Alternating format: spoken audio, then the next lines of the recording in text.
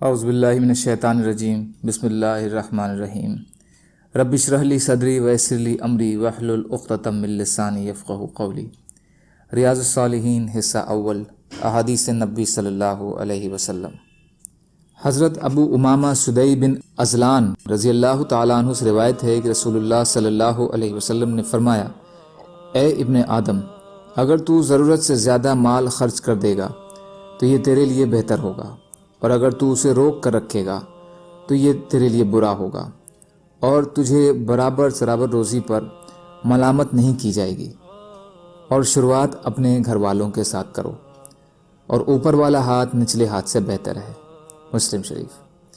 فائدہ ہے، یہ حدیث اس سے پہلے گزر چکی ہے، یہاں اللہ کی راہ میں خرچ کرنے کی مناسبت کی وجہ سے دوبارہ لائے ہیں۔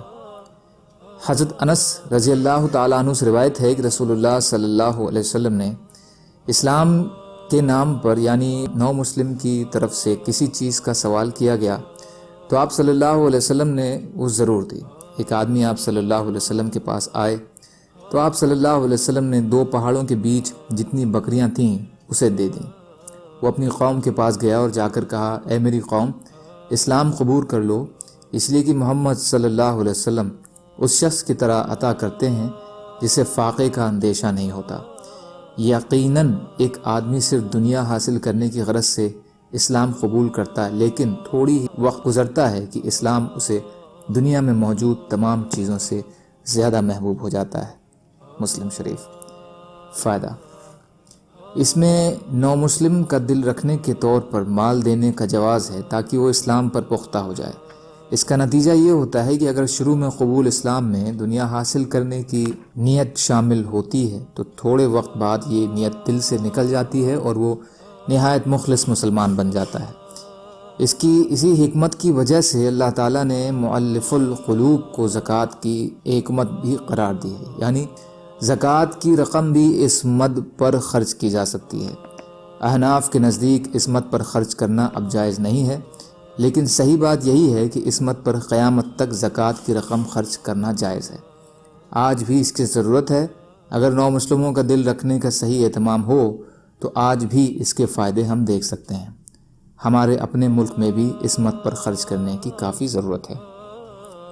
حضرت عمر رضی اللہ تعالیٰ عنہ سے روایت ہے کہ رسول اللہ صلی اللہ علیہ وسلم نے کچھ مال تقسیم فرمایا تو میں نے کہا، یا رسول اللہ صلی اللہ علیہ وسلم، ان کے مقابلے میں جن کو آپ صلی اللہ علیہ وسلم نے دیا ہے دوسرے لوگ زیادہ حقدار تھے۔ آپ صلی اللہ علیہ وسلم نے ارشاد فرمایا، انہوں نے میرے بارے میں 2 باتوں میں سے ایک نہ ایک اختیار کر کے مجھے مجبور کر دیا، یا تو یہ مجھ سے سختی سے سوال کرتے تو مجھے ان کو دینا پڑتا، یا یہ مجھے کنجوس قرار دیتے حالانکہ میں کنجوسی کرنے والا نہیں ہوں۔ مسلم شریف۔ فائدہ، ان میں بھی ان نو مسلموں کا ہی ذکر ہے جنہیں ابھی اسلام کا اور آداب رسالت کا علم نہیں تھا۔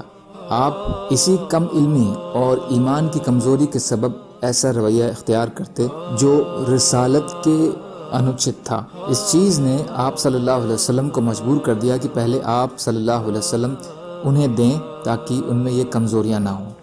اس میں بھی نبی اکرم صلی اللہ علیہ وسلم کے اچھے اخلاق اور معاف کر دینے کے گن کے ساتھ ساتھ اسی دل رکھنے کا اہتمام ہے جس کا ذکر اس سے پہلے گزرا، تاکہ ان لوگوں کے دلوں میں بھی ایمان رچ بس جائے اور دنیاوی ہتوں سے اوپر اٹھ کر سچے مسلمان بن جائیں۔ سبحان اللہ بحمدہ، سبحانک اللہم بحمدک، اشہد ان لا الہ الا انت، استغفرک واتوب الیک۔